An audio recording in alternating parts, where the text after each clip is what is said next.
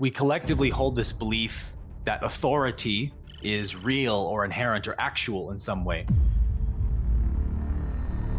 So authority could be summarized as the right to rule over someone. Yeah, and it's not just the ability to rule, but more importantly, the belief that there is an inherent moral right to rule over another person. You know, nobody would ever vote for a convicted serial killer, but we elect people that have a body count hundreds of times higher than any serial killer that's ever lived. Simply put, these strikes have saved lives. A government can't be a servant of the people. Like we always hear, the government is here to serve the people. Well, you can't be a government and a servant at the same time. From top to bottom, from left to right, from start to finish, authority is inherently negative, control-based, and egoic.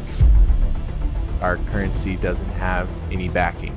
Tomorrow, Biden can put out an executive order that the US dollar no longer has any value and it plummets as the world's reserve currency. Right now, no one controls AI. You can't control that. It's just a technology. It's open source code. And so they are racing right now to try to, in some way, control it. If they manage to do that, we're going to find the next 100 years exactly like we found the last.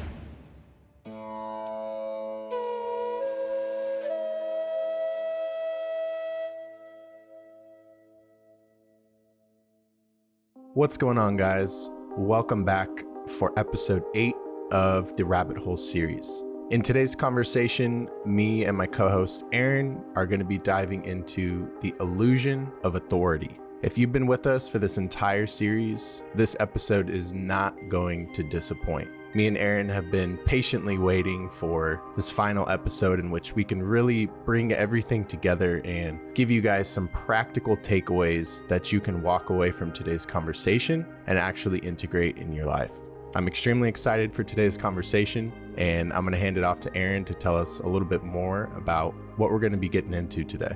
Aaron? You know, we've had these last 7 episodes where we kind of went more into the nuances of the 3D realm and the material realm of, you know, this is how the Matrix functions in our reality, in the physical reality. We're going to end this conversation by going into the non-physical realm, the realm of the philosophy behind the system or behind the Matrix, which is what we have summarized as the illusion of authority. So, you know, this conversation, Jeremy, for some people is going to actually be a red pill that they didn't expect, because we collectively hold this belief that authority is real or inherent or actual in some way. To the extent we don't even know we believe it, right? Until we really start thinking about some of these questions we're going to lay out today, we start to realize, wow, I really do have a belief that something inherently is superior to me and that I am obligated to obey that power. We're going to wake up to that part of us in this episode. So, you know, when we begin this conversation, I think we have to start off with what is authority? What does that word mean?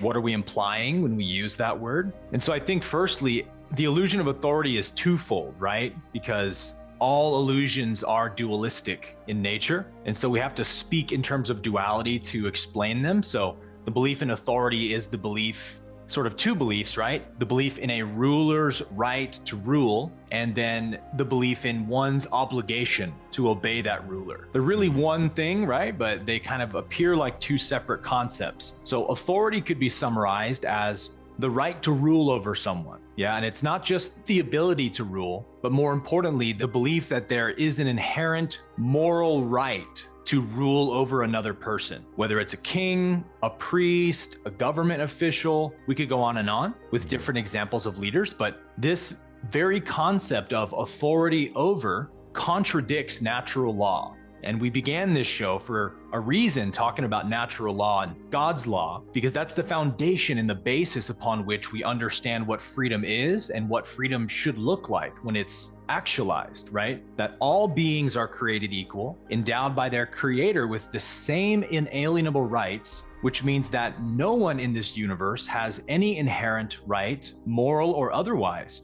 to rule over anyone else or to possess certain rights that anyone else doesn't get to possess, right? So we see this philosophy, authority, rampant in our society, yeah, in our government, and all world leaders, all nations in the world run off of this illusion that there is a moral right for some group of people to rule over everyone else. Yep. You know, the fact that the president can order a drone strike in Syria that kills dozens of innocent lives and the same day call for the arrest of a whistleblower or let's say even someone who committed murder, right? Well, who's the president to indict someone for murder when he just drone striked 25 people? Oh, well, he had the illusion of authority when he did it. So it's okay that he did it, that he killed 25 people. This serial killer guy over here, he didn't have the authority label. So we labeled what he did bad. You know, nobody would ever vote for a convicted serial killer, but we elect people that have a body count hundreds of times higher than any serial killer that's ever lived. But we don't even realize that or see it as a bad thing to do because we have this illusion that they're an authority figure that we're obligated to vote for and to obey. That's an amazing point. The programming runs deep, and it's one of those things where it's like, I've thought about this for a long time. Since I was a teenager, I started to think about these types of things. What I'm referencing is like, we're born into this world and it just kind of already is how it is. And life starts kind of like speeding up. It's almost like when you're a kid, life seems slow. You just want to like get older faster. But then like life seems to like speed up as we add complexity. And before you know it, it's like you've just adopted all this stuff. Like you don't really, there's no way you can grant yourself the space and knowledge capacity at the age that you need it to like filter. Does that make sense? Because I've thought about this a lot. Like, could this have been avoided? And it's like, I don't see. No way. Yeah, it's too possible. Much from all sides. It's overwhelming. But my larger point is just kind of like, it's fascinating to me. Like, we're just like born into this world and there's just so much that we don't think twice about. It's just like, oh yeah, that's what the president does. Or you ask your parents something, you know, you're 8 years old and they're getting mad at you because you keep saying why, but why? And they're like, that's just how it is. Like, because they don't know. And like, I got a lot of that when I was a kid. And I think what you're talking about is just multiple examples of just another, that's just how it is. And it's interesting because like, number one, these concepts, they're not very old, right? Like we're always speaking to like a lot of what we talk about started around 1890, 1900, 1910 range. A lot of this isn't very old. And we so quickly adopt things and can't see outside of them. Like we can't imagine that there was a time when there wasn't a thing called a president or like a government in the way that we have it right now, et cetera. And it's like, it's only been a few hundred years. Well, also we have working against us the fact that we all were raised, almost everyone, with parents that told us it was wrong to question authority, right? Yeah. As a virtue, you should never question authority. Mm-hmm. And that's because our parents wanted us not to question them because they really, you know, for the most of us, really did have our best interest in mind and really were trying to protect us. But as a kid can only translate that to, okay, I should never question any authority. No teacher, no official, no nobody. I should just let them rule me. So it's like, yeah, we're indoctrinated to believe this from childhood, just like our parents were and everybody was. So it's a collective human consciousness belief. No one's guilty of it and no one did it to themselves, right? We woke up inside of this, but nevertheless, this is why I teach service to others from the Law of One, Jeremy, because what it really is, what it really looks like from a true service to others perspective is that we would create a society where there is no ruling class or servant class, where like we understand inherently that a government can't be a servant of the people. Like we always hear, government is here to serve the people. Well, you can't be a government and a servant at the same time. You can't rule over someone to govern. Yeah, the root word govern and serve them, right? You're doing one or the other. So in a truly enlightened civilization of service to others, there will be no governments, there will be no authorities, because we'll create a society that is equally incentivizing to everyone to do good to one another, such that crime just disappears over time because people realize committing crime is unnecessary. We don't need to commit crime to get our needs met, number one. And number two, I'm just the one who suffers. It always comes back on me. I'm the one who carries the punishment of crime. So then there's no more incentive to commit crime, right? Crime, in a sense, is like a subconscious rebellion against a corrupt society and an unfair legal system and an unfair justice system. And so you get lots and lots of crime, right, as a natural kind of unconscious protest from humanity. So yeah, we need to understand the spiritual truth behind freedom and versus authority, so that we can actually feel empowered in it and understand that questioning authority is a virtuous thing to do, because you're abiding by natural law when you do that. Natural law says we're all equal and we're all equally entitled to keep the balance of harmony in the universe. So it's the law of do no harm, as we said. So at that point, if do no harm is your intention in life, then you will naturally question everything that you hear and see and learn, and authority figures who tell you to do things. You'll start questioning those things, because you're like, is that in the highest good of humanity? Is that for the benefit of all? And you'll start saying, oh, wow, most of this isn't. It's a direct detriment of all of humanity. So it's my obligation to not participate now. All these things wake up in you naturally as you raise your awareness and discover your own innate inner freedom. I want to go back to one of the first things that you brought up. I think there's definitely a good amount there to go into. So you mentioned this concept of it also having to do with the programming we receive from our parents, which is usually well-meaning, but it's basically, don't question authority, et cetera, et cetera. What kind of kid and teenager was Aaron Abke? Oh, very obedient. Very obedient? Good little pastor's boy, yeah. Okay. So we were polar opposites. Nice. That makes this partnership in this series that much more yin and yang, divine. You can go one of two ways, right?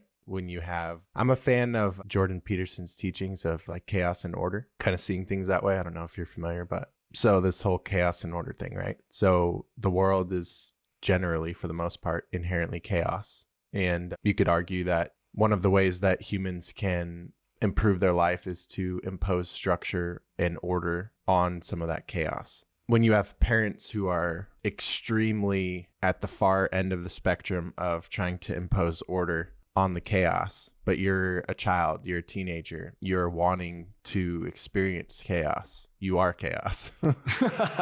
It can go one of two ways. And we had like similar parental structure styles and upbringings. And I was definitely like the good kid out of me and my sister until I wasn't.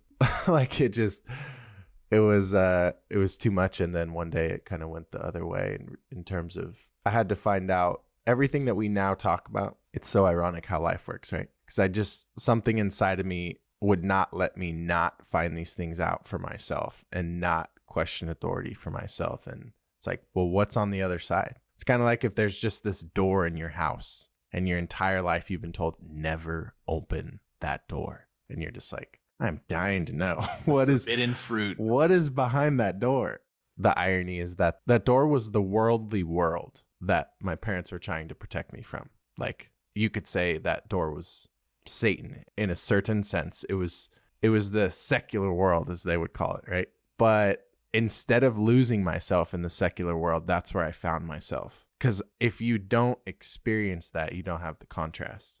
And so I think that gave me a hell of a perspective and relationship to authority from a young age. Yeah, I just wanted to I wanted to get your end of that as well. So like around what period of your life would you say you really started to question some of these assumptions and evolve your relationship to obediently following authority? It began for me when I came out of religion, for sure, at 23. I started questioning stuff about my religion around 18, but was terrified to tell anyone until I was in my early 20s, and made a quick shift when I decided I didn't believe in that version of God anymore. And at that point, I was willing to question anything, because God was my entire life. My entire existence was my belief in God. So when that went away, it was like something needed to fill that void. And so I just wanted to question everything. And that's what eventually led me down rabbit trails like this. So I think that's helpful context, because I feel like a lot of our viewers, especially your community, has like a very similar background. And I think we all have our own story of like when that shift occurred, when you went from like being spoon-fed to like thinking for yourself, realizing there's not even a box, if that makes sense. Yeah.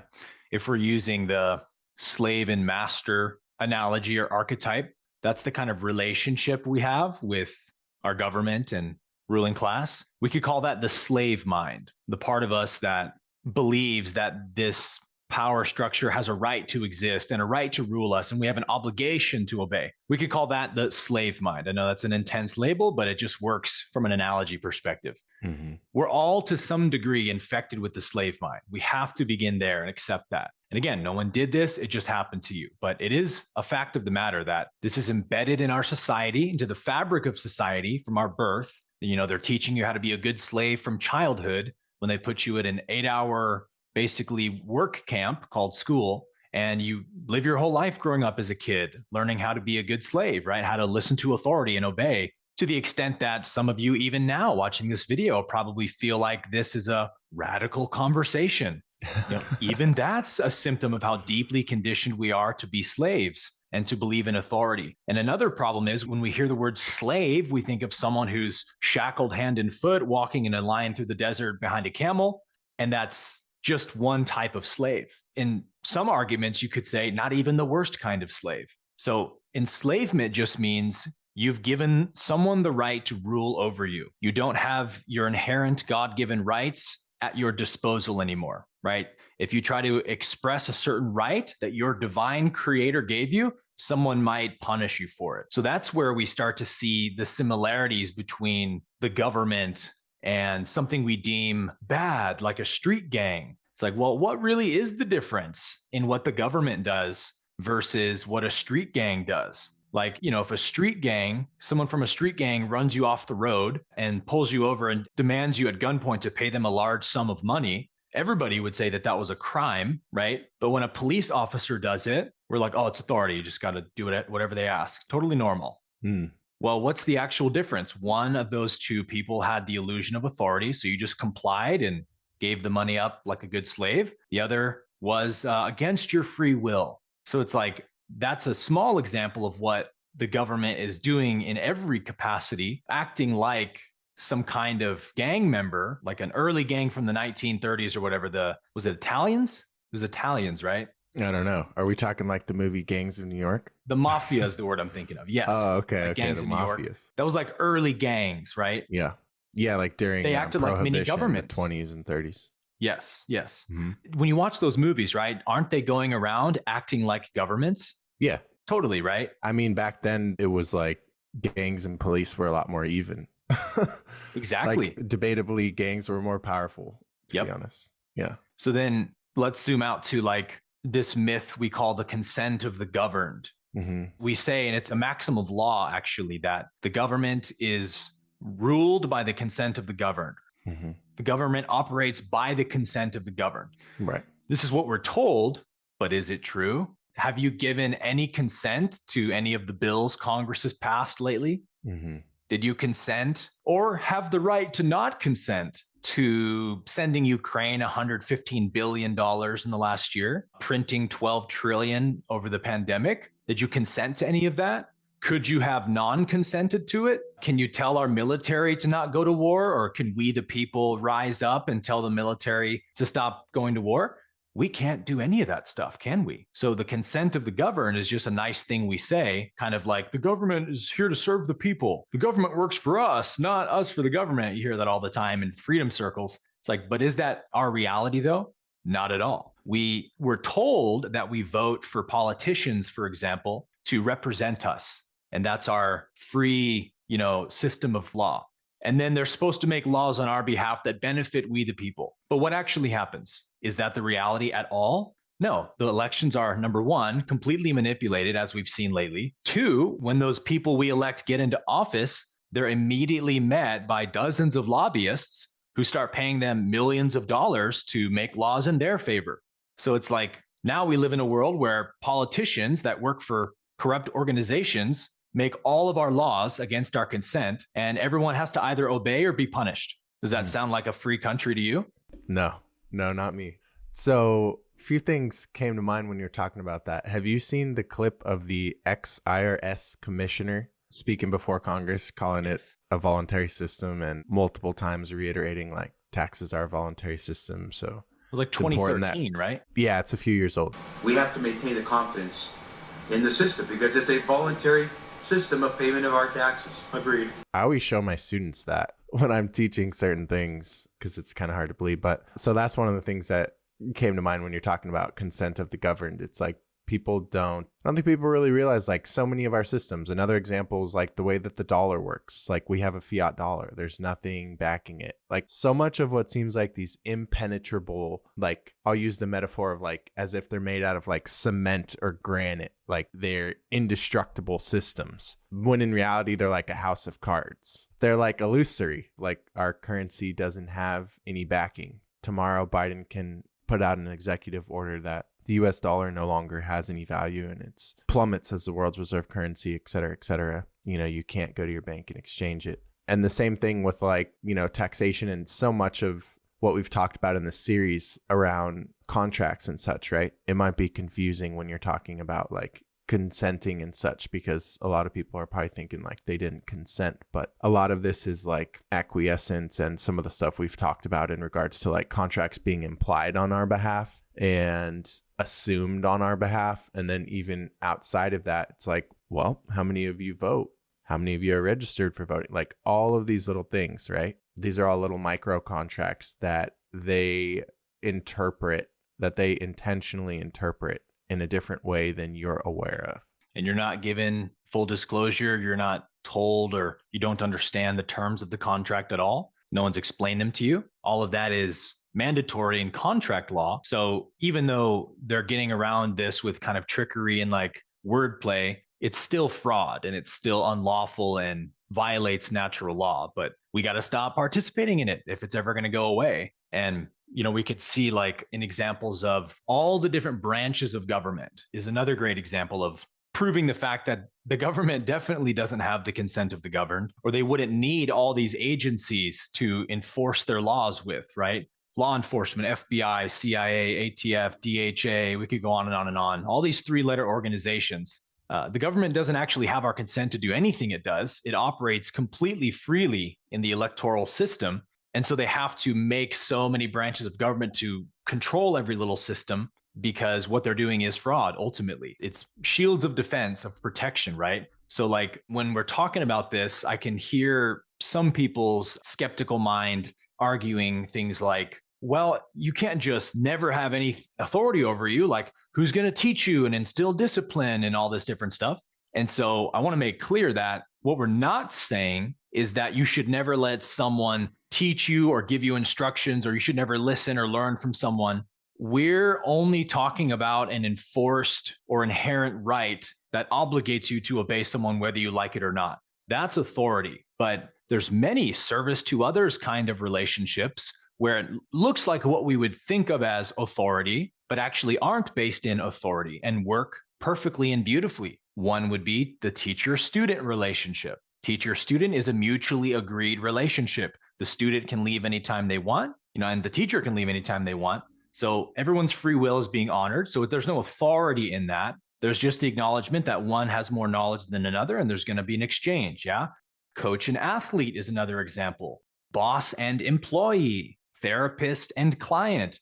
Like none of these things imply that one person is superior to the other, but like a coach athlete relationship, both are benefiting because the coach gets to do what they love. The athlete gets to learn and grow skills in something. So whenever it's service to others based in unity, there's always a giving and receiving in the relationship. Where's the giving and receiving in a ruler and ruled, government and a ruling class and a slave class? Where's the mutual giving and receiving there? It's just taking and keeping, right? Like they feed off of the populace, our credit, our life force, everything to supply only for themselves. Everything they do is selfish, right? So that's how we can see authority at work. Is it will always be a one-way street. It kind of reminds me of like, how in Western medicine, like they're like, here, take this pill. And then a week later, you have to go back to the doctor because you're having side effects. And they're like, oh, you need this pill to counteract the side effects of this pill. And then a few weeks later, you need a third pill to counteract the side effects that the second pill, which was counteracting the side effects of the first pill, has given you. Mm-hmm. It's kind of like that with the government organizations. It's like because of the way they go about it, it's like, oh, we need this new government bureau to enforce what the original government bureau is doing. Yeah. And then you need a for the second one's regulations. Then you need a third one to oversee the regulation of the second one that's regulating of the first one. They're always creating authorities. Yeah, and it's like all of them are synthetic derivatives. Really, all of this, everything we're talking about at the highest level that I can see goes to this conversation of like, you're either walking with God or you're worshiping a false idol in a certain sense. They're signed under God, which means that you're a child of God and you have a very few simple rules, and life is extremely simple. There's not complexity to it. And that's actually inside of your DNA, unless you're like, I don't know the exact statistic, but notably less than 1% of people, which are psychopaths. But outside of that, you could say that it is inside of your DNA intrinsically. It's not something you have to even try to do. That like we have automatic mechanisms called guilt and shame and things like that for a reason that keep you inside of the boxes that your creator wanted you, right? That's kind of the moral argument. But then there's this other realm where, and I think we've posted this in past videos, but kind of like the hierarchy of law, if you remember that kind of infographic, Aaron, where we have our different branches of law, whether it's like tort law or common law or statutory law or whatever, right? There's all these different branches of law, but at the very top is God's word. And then the more you come down, the more it gets diluted. So like common law is only a little bit down from God's law. And that's why it's a much more potent, aligned, spiritually centered way to follow. It's a more spiritual ideology that you could tap into. And that's felt in both its simplicity and the fruits that it bears. And even when you study it, it's obvious. But then you keep going down, and it's like there's an inverse relationship between the vibration and the frequency and the level of alignment to the teachings and the amount of complexity. Those two seem to be inverse. So like the more you get down from God's word, it's like adding complexity, adding complexity, adding complexity. And it's dropping vibration, dropping vibration, dropping vibration. And at the lowest is what we're talking about, which is the realm of man-made statutory law, where it's like Congress passes what they want. And the existing government is already out of control, and they can elect an entirely new branches of government, entirely new bureaus and organizations and overseeing committees and all these things. And it's like, if we trace it back, it's as simple as just understanding that we got away from God's law. Our very first episode title. We got away from God's law. And as soon as you take a bite of the proverbial apple, well, now you can be anything, and you can listen to anything you want, and you can define anything you want, and you don't have to agree on first principles. Now everything opens up. And that seems like freedom to a lot of people, particularly the left. I'm apolitical. Don't get me started on that in the comments. Just that's what they tend to be called, is the left. It seems like freedom, but it's an illusion, which the proverbial devil is extremely good at. Illusions, right? It's dressed up in a sexy dress called freedom. But when that dress comes off, it's actually the exact opposite. It's complexity, confusion, and degradation, because it's introducing, like I said, synthetic derivatives. And there's no natural law that speaks to the ability for synthetic derivatives to ever produce anything good at the most foundational level. So any other conversation of like, how are we going to drain the swamp, or let's clean up Congress, or it's like, zoom the fuck out. The conversation is not like, we need this electoral candidate instead of this candidate, or we need a Republican instead of a Democrat, or we need to reduce the size of government, or we need to fix Congress, or we need a woman president, or we need a black president. Like, zoom out. We don't need any of that. This is a much higher level, but at the same time, simpler conversation. And it's just so strange to me that no one has that conversation. Like, it seems to not even be a thought. Well, we're having it now.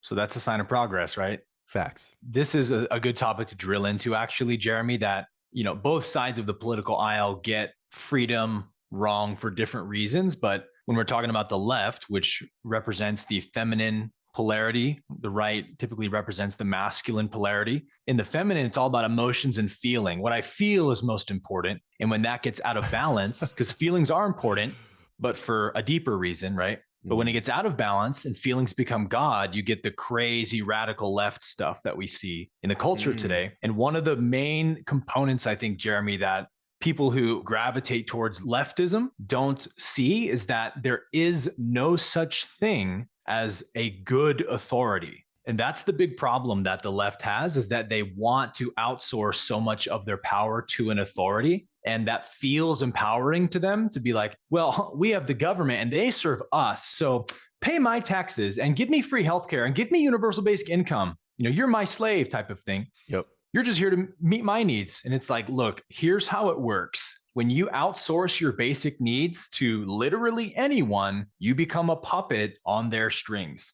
You can't depend on something outside of yourself to supply your basic needs, or you are throwing yourself into a prison cell. There's no easier way to control somebody than by controlling their basic needs. So this is what, for all the things the right doesn't see, this is one thing they do typically see, which is, well, if we just pay everyone free healthcare, that's going to completely put all of our healthcare in the government's hands. And at any moment, they could be like, haha, take this medical product or we're going to remove your healthcare. Or sign up for this digital banking currency or we're going to take away your healthcare. They can force us to do anything they want if our health is in their hands. So that sounds like a terrifying idea to people on the right. So it's like that idea thrives because there's a belief that an authority can be good and have good intentions, but the idea of authority itself is inherently negative and service to self based. So it can't, like Jesus said, a good tree can't produce bad fruit and a bad tree can't produce good fruit. So it's like the human ego is still too big at this stage of our collective evolution to be able to give anyone authority to rule over someone and expect them to use it virtuously and not for their own best interest. We're just not at that stage yet. So it's utter foolishness to think that we could give anyone the kind of, wealth and power and rights that we've given to our ruling class in the world and expect them not to weaponize it against us, to take power over us. That's a pipe dream that we're not at that stage yet. So instead, we have to build systems that are private, decentralized, mutually beneficial, and do whatever we possibly can, if and when we make it out of this mess, to never build another system that becomes a pyramid structure where one person or people can rise to power and become the new masters, right? That'll be humanity's big challenge going forward after we get out of this challenge. I'm a big optimist, man, about humanity's future. Although it's easy to say right now, like, it's questionable if we're going to live through this one. I think that's just kind of the intensity of the moment, So let's get into that then. Let's talk about how would a society function without a government? What could that look like in the future if we can accomplish that? We have to first get it into our mind that authority is not like a noble idea that sometimes goes wrong. Authority is not basically a valid concept that sometimes gets corrupted, though. From top to bottom, from left to right, from start to finish, authority is inherently negative, control-based, and egoic. So like once we get that, that will be the foundation upon which new creativity will arise in the human mind of ways we can do things and govern ourselves equally and mutually, create a society of equals, a leaderless society. We will know how to do that once we've fully been divested of our belief in authority. If it hangs on at all, right, we're going to recreate another authority system on accident. So that's a big point, I think, before we get into this conversation. But when we talk about how could it look, the first thing is we don't need to know all the answers. We don't need to have all the solutions already planned out. Like Jeremy said, we can trust God. We can trust the universe that evolution will happen and new ways, new means will come available to us to invent entirely new systems. But we have to have that trust that if we're willing to say no to the old system and goodbye to the old system, as we turn towards the universe and say, help us, we're ready to evolve, we have to trust it that it will show us the new system, right? And most of what we're talking about today is covered incredibly well in this book called The Most Dangerous Superstition by Larkin Rose. If you like this conversation and you want to deepen your understanding and articulation of this to help others, this is an amazing book to read. A lot of what I'm talking about today was inspired from this book. When we talk about this, Larkin actually says, we don't need to know answers before we start making change because that's not how evolution works. And you brought up evolution, Jeremy. Evolution works in the present moment as we just take the next step in front of us, right? Yeah. That's it's how inherent. It's like inherent, something right? in That's our what you said. DNA. It just happens. You can't see the second step until you take the first one. Right. So as we do that, we will start to naturally evolve these systems that are mutually beneficial, right? One way we can see how this happens organically and naturally, as we just said, is the internet. For example, does the internet need a government? Would any of us want the internet to be governed by a regulatory body that tells us what we can or can't do on the internet? Everyone would say hell no to that. They are. They are technically, but you know what I mean? Like, yeah. We don't want the internet to have a government. Right. Internet functions just great without a government, actually. Everything's available all the time. We can all do whatever's in our own best interest. We like it that way. You know, people say, well, if there's no government, everything will be mass chaos and hysteria, you know. And let's question that. Is that true? Is there mass chaos and hysteria in places where there's no governments? A public beach on a sunny summer day, flooded with people. Do we need a government to regulate all the people on the beach? No, it functions just fine, doesn't it? Public parks, malls, like anywhere where a public space where people congregate in mass numbers, is there always insanity and chaos breaking out? No, in fact, it's usually really harmonious when there's just a natural inflow and outflow of people in a space where if there is a problem, lots of people rush to the aid of that person. It's inherent in us to want to be of service to each other. We're all benefiting from the space, right? When a power system brainwashes people to all believe one single idea and never question it, then the public gatherings become corrupt and dangerous and chaotic, right? That's when they become like violent mobs and riots and whatnot because of the groupthink that the power structure creates.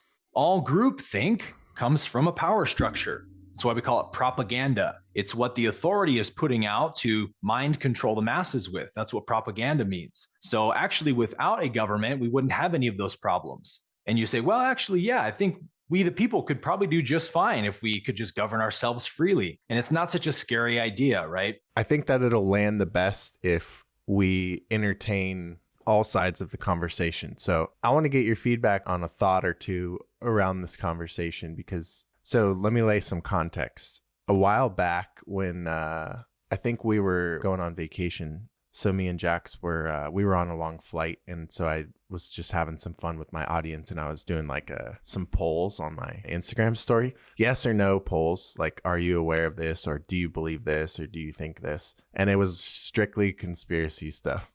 I'll just use that word so you all understand what I mean, even though most of us know what's up with conspiracies. So you were just posting facts is what you Yeah, basically, but we could call them conspiracy. So I was just gauging my audience, right? Like, what do you guys think? Was this what's going on with 9/11? Like, what do you think about this?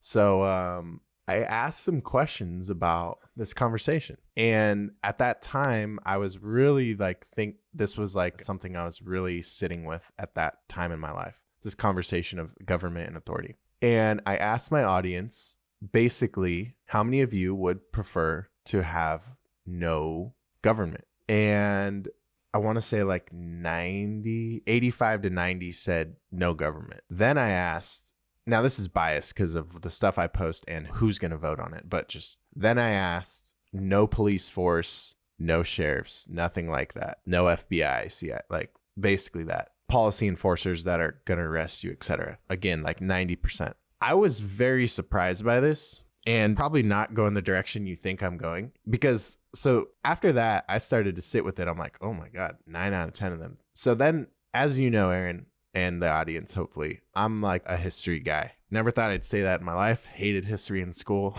Now I know why. It was never a learner in school. Couldn't stand. It was so boring. But I find myself nonetheless, when it actually matters to your life and you realize like life is crazier than a video game, history becomes super actually important. Enthralling. Yeah. So I'm just thinking about history. And so there's two things just to stay on track here. I'm going to finish this history thread and I want your opinion on that. Then I also want to bring up this concept of hierarchies in nature. So the history thread, it seems if you study any semblance of human history, we were, you could say were or are, I guess I'll say were, but really it's are, savages. And that's obviously our lower level animal self. And I know you're of the belief that like your perspectives are that we can transcend that, and that's kind of what the point of your teachings are, right? Is helping up level our consciousness so that we no longer act like the lower level animal. Transcend or integrate it. Yeah.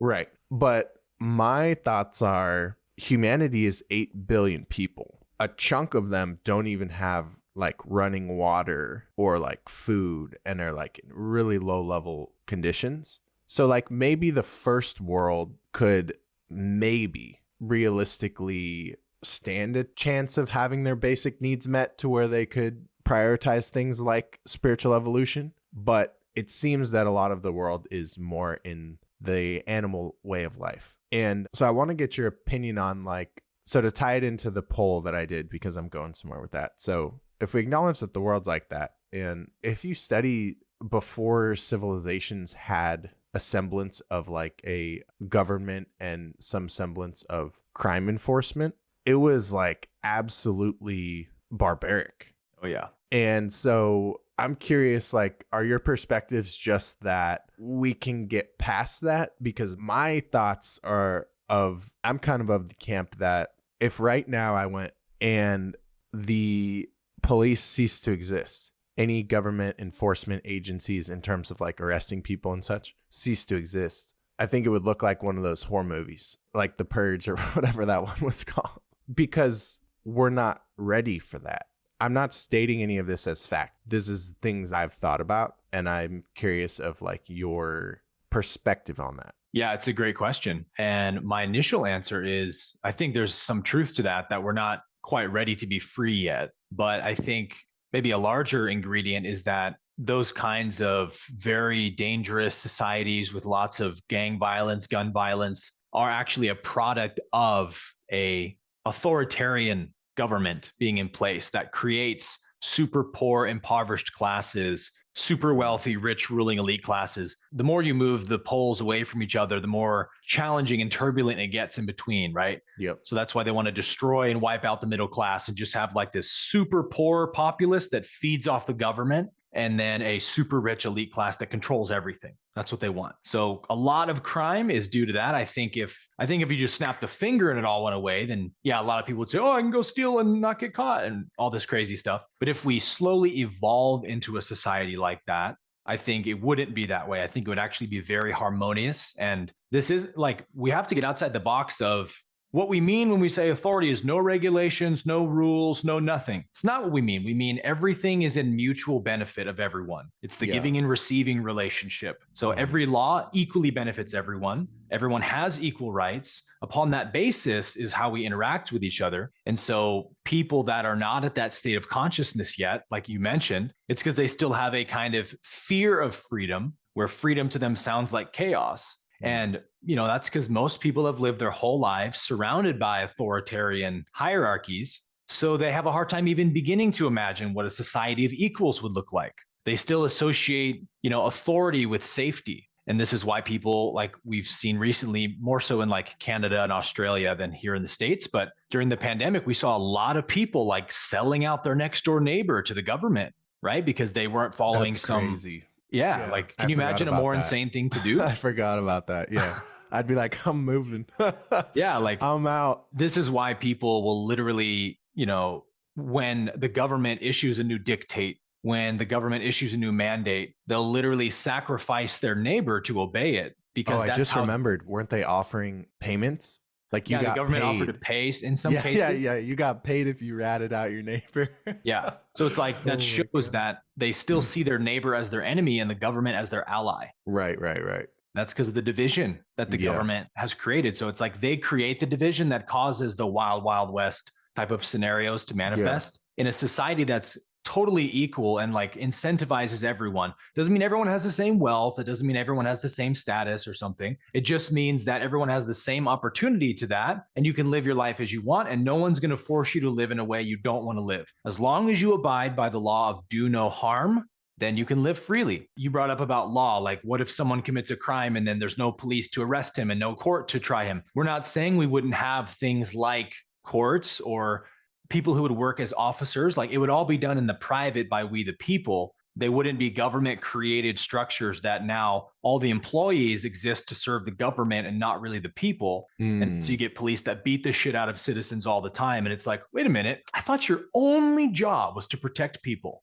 And now you're just beating the shit out of people who aren't wearing a mask or whatever. That's because they don't serve the people. They serve the government because they're made by the government. That which one creates, one controls. So this is why, people on the right will be big on the private sector and everything should be done through the private sector. This is why they believe that, because every structure the government creates will inherently exist only to serve the government and will have the illusion of serving the people so as to pacify us, but it will not actually ever serve us, nor could it ever serve us. And that's a point of view I ascribe to just because that's the nature of the ego, right? It's entirely self-focused and selfish. And so when you give lots of power to something, it will enhance the ego in it. It's not complicated, really. You just brought up really good clarification because I wasn't even fully clear on exactly how you would define what, we're talking about here, how it would look. So there would be structures and such. It would just be an equality thing. So what I'm thinking about is you mentioned, I forget exactly how you phrased it, but basically it would be an actually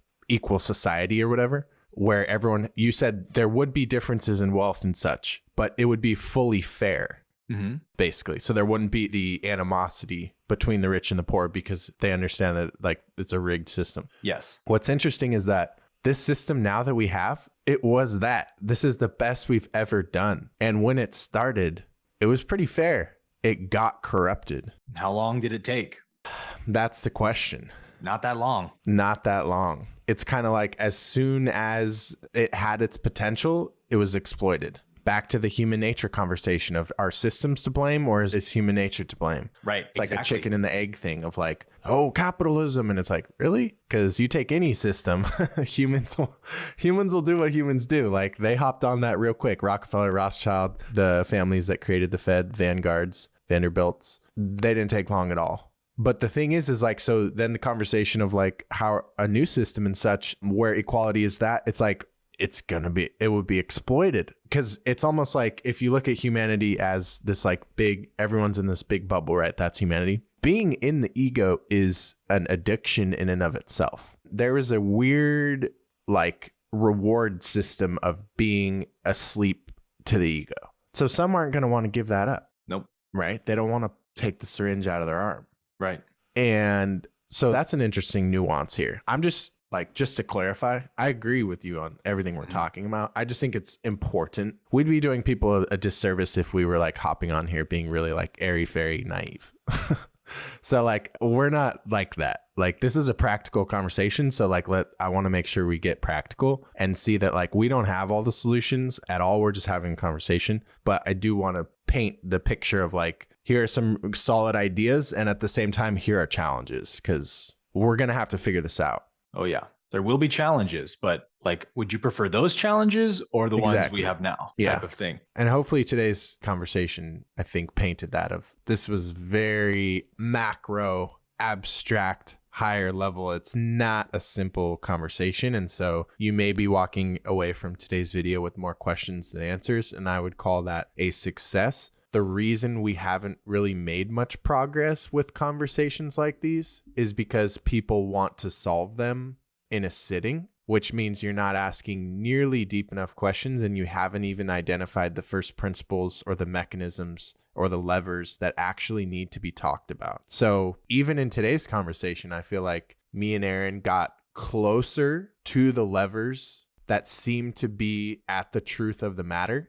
but I wouldn't even say we're there by any means. So it's like, this is just one conversation and we need a lot more of these. And maybe the most helpful takeaway would just be people getting to observe how this kind of conversation goes. Because just so you guys know, I had no idea like what Aaron wanted to get into today in terms of specifics. And he had no idea what I was going to say, right? That's probably why you guys watch this.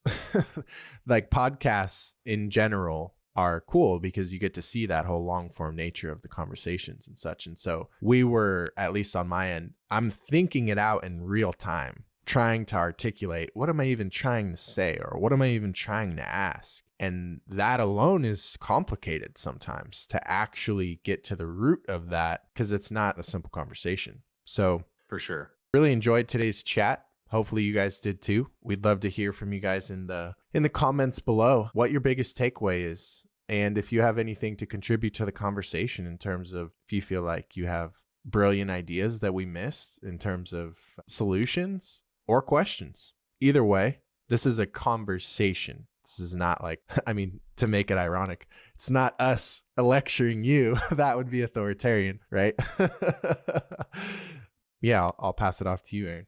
Although this is the last episode we plan to do, this is by no means probably a last episode ever on this topic. So we're open to, like Jeremy said, any requests you may have of topics you want to hear us talk about or tackle. We can totally keep this an ongoing thing, but we worked really hard to put together some kind of comprehensive series that we felt would best deliver this message to the world, really. Yep. And if I had to summarize that message, Jeremy, I would probably say, in sticking with our Matrix themes here, that you are Morpheus and you are Neo, both. You are the one who must wake up from the Matrix and leave the Matrix. You are the one. And you are also the one who's going to tell people to wake up, right? You're also the one who's going to go give people the choice of a red or blue pill. You're not going to force feed them red pills, but you're going to open your hand and say red pill or blue pill. You have to play both of those functions if our society is going to evolve forward. And we hope that this series, if it did nothing else, that it inspired you to be the Morpheus and Neo in your life and in your community.